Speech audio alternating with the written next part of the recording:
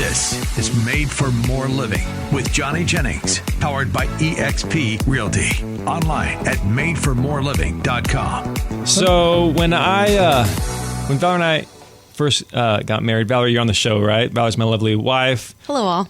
Hello. And then a non-negotiable was whether or not we were going to have kids. And you and I were 100% on board. Hold the phone. So it was a non-negotiable for you or for you? For Valerie. So yeah. Valerie's like, hey, we have to have kids? Yeah, for And did you say how many? Well, You didn't say how many? No, we had tossed around some numbers. Yeah. Oh, okay. It was a always non-negotiable. More than one. Always more than one, for sure. Yeah. And I agreed to it. I was like, yeah, that sounds like fun. Wow, famous last words. Having kids sounds like fun. Sure, yeah, we'll give it famous last words. Exactly. Yeah. But none of our friends had kids at this point, right? When I made this commitment, none of our friends had kids. We were like barely out of high school. Yeah. Oh, okay. Yeah. Well, I was, whatever. I was a couple years out. I will date you as long as you know if we get married, we're going to have kids. Yes. So we started dating in late January, and this conversation probably came up in March. Right? Wow, Valerie's laughing over there. I didn't waste any time. We're not, hey, like, yeah, we got, you only live once. Let's make the most out of our time. And so I was like, yeah, it sounds cool. Like, whatever. And so let's have a lot of kids. Like, I think I said 5 and 5, like 5 kids in 5 years. Yes. Was the original goal. What? Oh my God. Yeah. And 5 kids in 5 years? I had no frame of reference, like zero frame of reference. Man dies of heart attack after attempting to have 5 kids in 5 years. Yeah. Or wife kills him. Yes. Yeah. But then our friends started having children. And I was like, Valerie, can we renegotiate a little bit on this kid thing? I'm not into it. Oh, you didn't like the experiences they were having? Yeah, he went from 5 to 0. Like, I'm not having any kids. You were like, none. I'm not 0. doing this. Yeah. What is it about their experiences that you didn't like? Well, it was like, I remember just walking into the houses and it's like loud and everything's sticky and nothing's clean. And I'm like, and then we come home and it's nice and quiet and we could do whatever we wanted. And we could go wherever we wanted. And I was like, Val, this is nice. Do we have to have kids still? I mean, you're not wrong. You have a point. It is very nice to not have any kids in the house. Because you're right. Your house is cleaner. You have more money, right? It's quieter. Yeah. And but Valerie was like, nope. Well, yeah. I was like, this is part of what I want to do as a human being on this planet. Like, I want to have children. Yeah, you got one life. This is part of that journey. I'd like to experience it. Yeah. And anyway, so we're sharing all this because Valerie's really into the kids. Fast forward, like I am absolutely in love with the 2 boys that we have, Jack and Ben. Mm-hmm. Absolutely adore those kids. Can't imagine my life without them. Sounds cliche, but just to give context, I was way out in no kid land, and now I'm like, hey, you want another one, Val? This is pretty cool. So you guys are committed to having 5 then, right? No, I think if we have 4 is you want a girl, right? Yeah. Is that what you're shooting for? You got 2 boys, you got to get a girl. That's where we were. We had 2 boys, and we're like, let's shoot for a girl. Mm-hmm. I'm cool if we don't have a girl. Like, I met a guy recently, he has 7 sons. Oh my gosh. And if we have four boys, I'm 100% okay with that. But I just think it'd be Weddings fun. are cheaper. Right? Weddings are cheaper. True. There's a lot of benefits there, but Valerie, like, so I was anti kids. Valerie's pro kids. And then what happened with church, Val? Oh, well, so just to preface this story, like, I still am pro kid. I love my kids, like 100%. They're just amazing. Not everybody's kids. But not everyone's kids. And, so it was, let's see, the Easter, like 22, I think it was. Yeah, Jack had just been born, like 6 months old. Yeah, exactly. So anyways, we love to serve and help out in the church whenever we can, right? And so they knew that I had brought my kid to the nursery every single week. He's a regular over there. And they asked me to serve on Easter, and because there's extra attendance. Sure. There's a lot more people that show up on Easter, and they need extra hands. And so I was like, okay, I'll do it for you this once, but this isn't really my cup of tea, right? Like, the nursery's not really my thing. Yeah. And so I did. So what age group? Is this babies? Well, no, I think that that may have been easier, right? But because I had a 6-month-old, so I knew. So they threw you in with toddlers. They threw me in with the 3 and 4-year-olds. Oh, the 3 and 4-year-olds. Yeah. Okay. Oh Yeah. my gosh, that's the hardest. Yeah, and I was that is the most extreme because they are full of energy. They just want to attack you nonstop. Yeah, and they're like, I got to go to the bathroom, and I'm like, I don't know how to do this. My kid still goes in diapers. Like, so I was totally lost.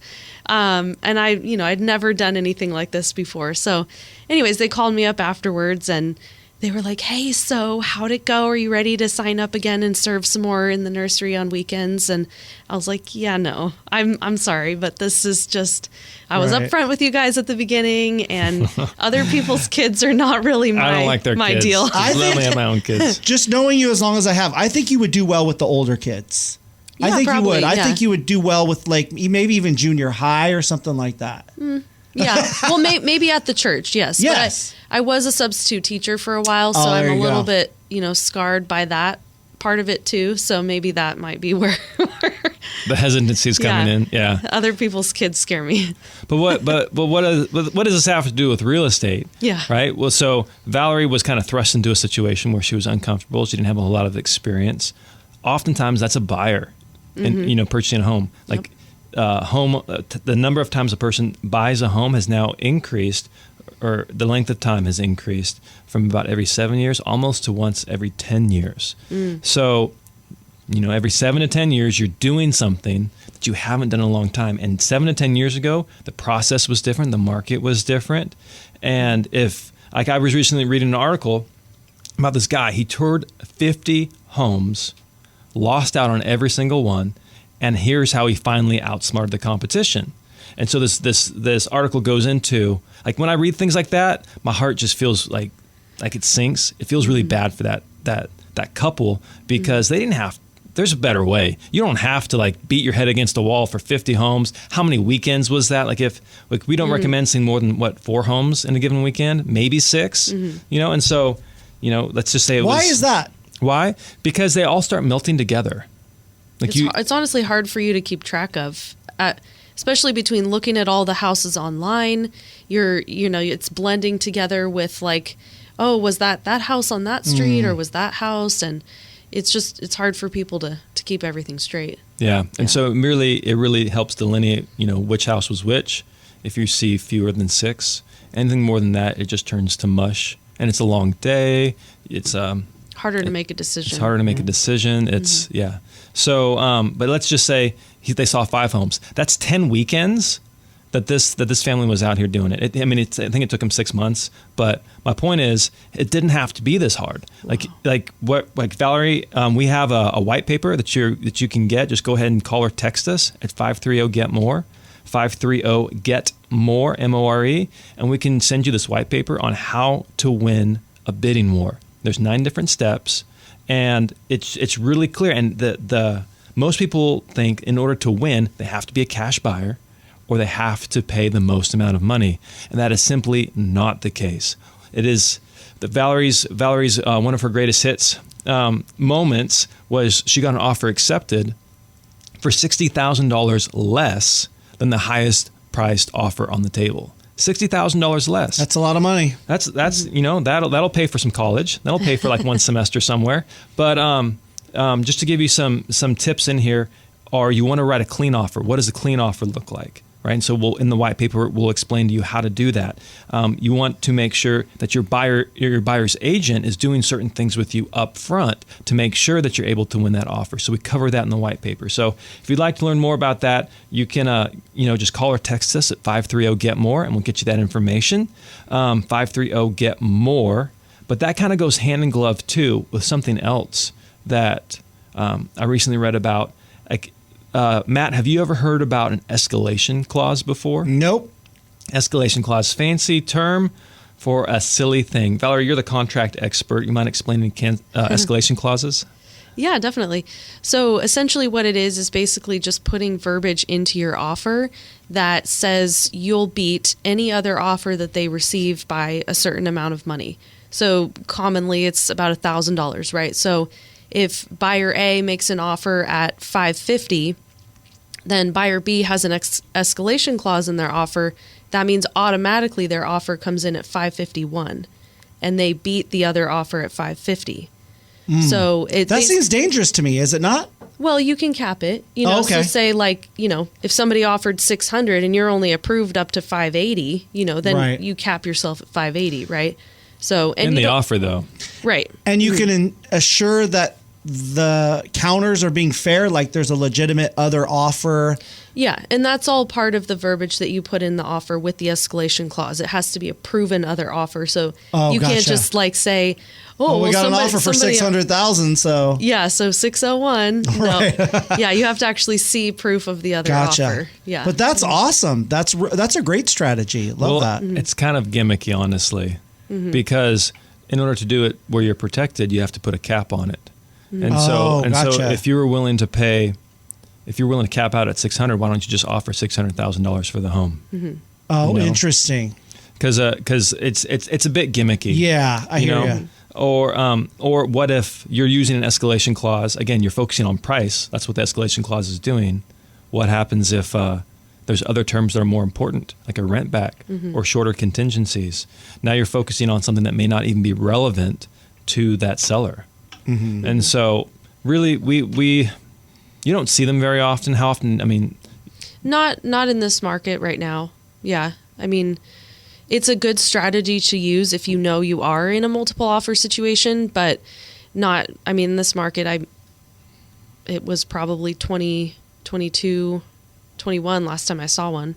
Yeah. And even then they're rare. So one of the things that we go over in the white paper is, put your strongest foot forward. Like, if you want this house, why do you want it? Like, give me reasons. Is it the location? Is the bedrooms, the bathrooms, the kitchen? Does it have a pool? Does it not have a pool? Is the backyard big? Is it close to freeways? Is it far from freeways? Like, is it in nature? Like, give me the reasons why you're interested in this home. Now, are you going to be sad if you miss out on this home? Yes or no?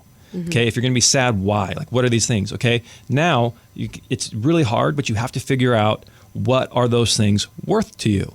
So if you come in with an extra $5,000, an extra $10,000, that may be an extra $3 a day, depending on your situation in terms of your mortgage. Are those things worth an extra $3 a day to you?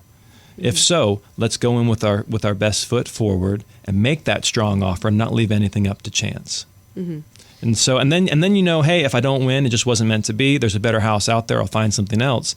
But if you end up losing and you like, so we won't say the address, Val. We cannot say the address or the city. But we put our home on the market, and we knew it was going to go quickly because it's a beautiful home, well-maintained, massive backyard. How many offers did we get on it? 4. So we had 4 offers, and offers have babies. That's a famous Brent Gove term. Offers have babies, meaning a home can be vacant or can be on the market for 30 days. This is actually probably a better example, but a home can be on the market so we had a home that was on the market, 42, 43 days? Yeah, somewhere around there, yeah. Normal for the community. And then a person came back that had originally submitted an offer but decided to go a different route. They rescinded their offer before we accepted. And then they come back and they say, hey, is your seller still interested in our offer? And we said, yeah, let's present it in writing and we'll see where we're at. Well, in the amount of time that it took them to then get us the offer in writing, we received 2 more offers that were significantly higher than theirs. But because the home had been on the market 40 days, they figured they could come in low and get a deal. Well, we ended up selling it, I believe, for, what was it, Val?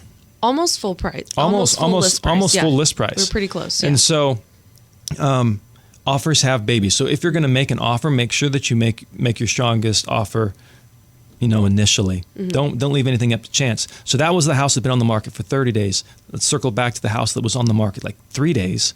And there was an offer on the table. It was really good. And the seller really wanted, because the seller really wanted to sell it to this person. But then in the 11th hour, another offer came in that just blew the other offer out of the water. And that offer was written in such a way, it was more like a take it or leave it. Like we didn't want to risk losing that offer by sending out like counter opportunities to the other 3 offers on the table. So the seller elected, hey, I like this offer. I like the terms. I don't want to miss out on this opportunity. We're going to accept this offer.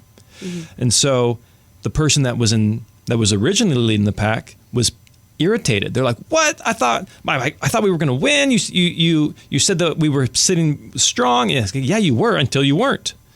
Well, my buyer would have been willing to pay more. then why didn't they? Yeah. Like, why did you leave it up to chance? Like, if you're upset, that buyer should have gone all in on that home. And so, anyways, if you want to learn how you can go all in on a home and not necessarily pay the most, but write the offer that's going to give you the most value, right? We have a white paper on that, so just call or text 530-GET-MORE. That's 530-GET-MORE, and we'll send that over lickety split.